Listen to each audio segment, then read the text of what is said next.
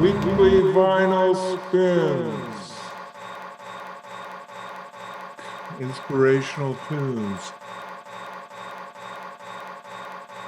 3, 2, 1. Okay, my first record this week is Naturally by JJ Cale from 1971.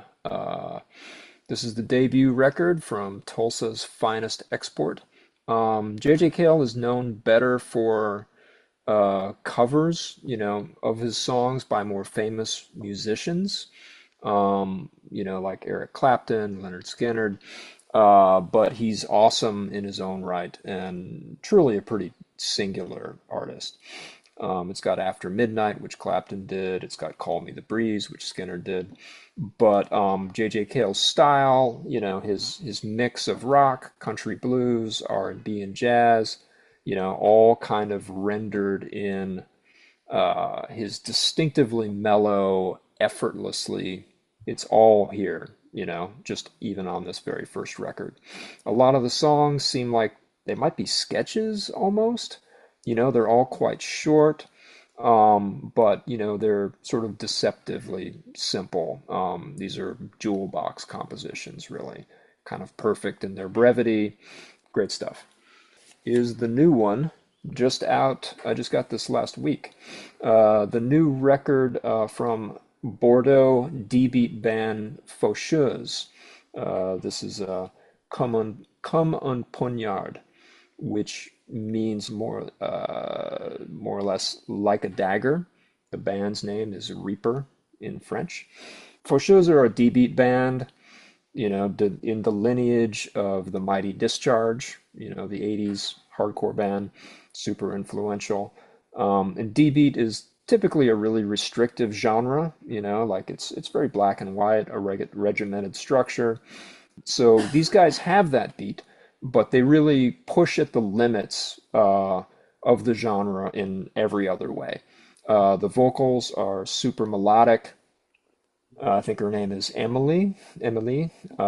She wails, she yips, she croons. There's the guitar. There's guitar leads all over the place. Not so much heavy on the distortion, more of almost like a 70s punk sound. There's a whole lot going on under the surface here. There's a definite new wave of British heavy metal influence as well, a very layered approach. And it adds up to, something, an anthemic sound, bursting with color and energy. Again, great stuff.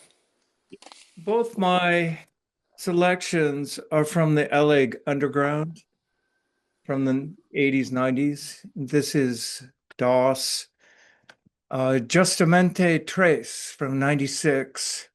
And this means just three, and this is their third album by Kira Rosler from Black Flag and Mike Watt from the Minutemen, who were married at the time, got divorced, and made this record.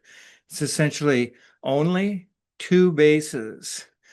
So they joined force to create this minimal, rich take on blues pop songs, originals, and some covers of country and theater pieces.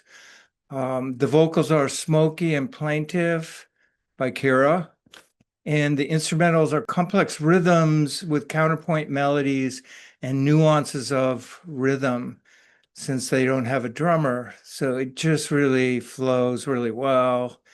It's the kind of music that gets tangled and then unravels itself in a prog sort of way and retains a groove throughout.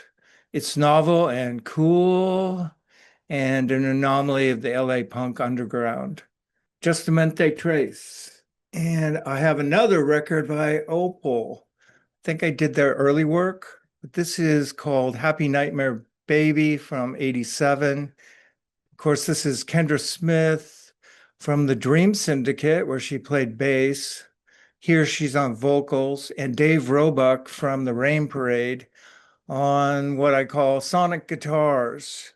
This is sort of a take on traditional 60s fuzz rock, groove-based songs with dreamy jams about cosmic themes, and stellar female vocals. They turn their songs into a transcendental vision a unique take on melancholy and misery.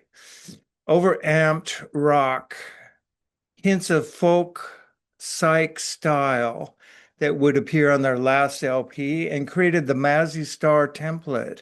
Of course, Kendra Smith went solo, and they replaced her for Mazzy Star. Otherwise, this is the same band. It's got the great Keith Mitchell on groove bass drums and loud Firo guitar jams. And of course, the secret weapon, the singer Kendra Smith, who has some really great solo records too. You can see the cosmic sort of atmosphere there on the back. And the wonderful Kendra Smith. She ended up like moving to Northern California off grid and made a couple records with solar. And the Minutemen were great, but this is, I guess you would call it experimental. And there you see Mike Watt has a hammer and a Gibson bass, and that says a lot. Bordeaux has, I don't know, one of the best hardcore scenes in the world right now, probably. It has a long history of punk. Faucheuse, and they sing in French. She wails, she yips, she croons. It's down, a lot of it is down to her vocal melodies. Her vocal lines, kind of float over the music in a way that you just don't see it very often in hardcore. Okay, JJ Cale, you know him personally?